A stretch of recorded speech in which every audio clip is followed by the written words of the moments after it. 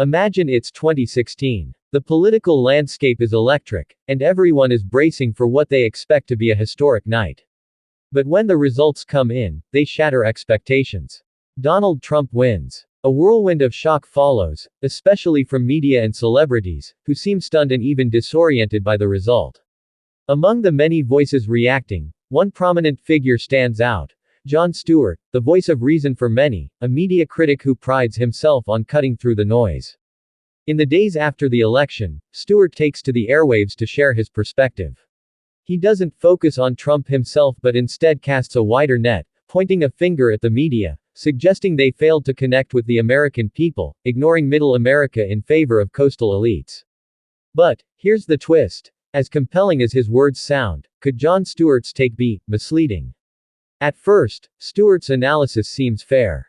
After all, it's true that many Americans felt the media wasn't capturing their lives or struggles. But let's pause for a second. Did Stewart's critique miss a crucial detail?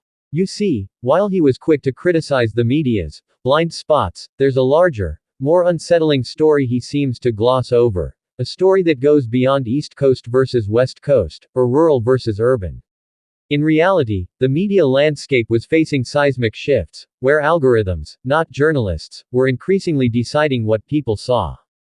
Facebook, YouTube, and Twitter were not neutral players. They played roles as silent yet powerful influencers, feeding people stories that reinforced pre-existing beliefs. Could it be that these platforms had more of a hand in shaping the election than Stewart acknowledged? And if so, was he pointing fingers in the wrong direction? Here's where things get even more interesting. Stewart's message paints the media as a monolith, a single entity failing to understand everyday Americans. But was the media landscape really that united? Actually, by 2016, the American media was fragmented like never before, with countless outlets targeting specific audiences.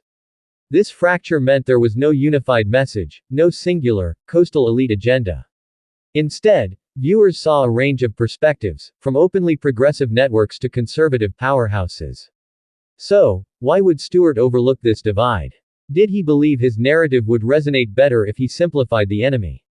Or was he trying to distance himself, presenting his commentary as outside the media bubble he once represented? And why weren't others questioning this narrative? Here's where we get to the heart of the issue. By focusing on the media's so-called elite bias, Stewart ignored a monumental shift in how Americans consume information. Media conglomerates weren't solely driving the narrative anymore, algorithms were. On social media, recommendations came not from editors but from an invisible network of code that prioritized engagement over accuracy. Echo chambers grew, conspiracy theories flourished, and polarizing content became the norm. But here's the question no one seems to ask. Did Stewart's critique give these algorithms a free pass? By focusing on traditional media's shortcomings, Stewart's analysis left out the influence of these platforms, which shaped public perception in ways traditional media never could. In the end, Stewart's take on Trump's victory was compelling but incomplete. By overlooking the role of tech and focusing on mainstream media's flaws, he may have misled viewers, framing the issue as one of elite blindness rather than algorithmic manipulation. And maybe, just maybe, he missed an opportunity to shed light on the very forces that were reshaping how Americans saw the world. The story doesn't end with one election. Or one personality's take. It's a deeper question about where we get our information, who controls that information, and what that means for democracy.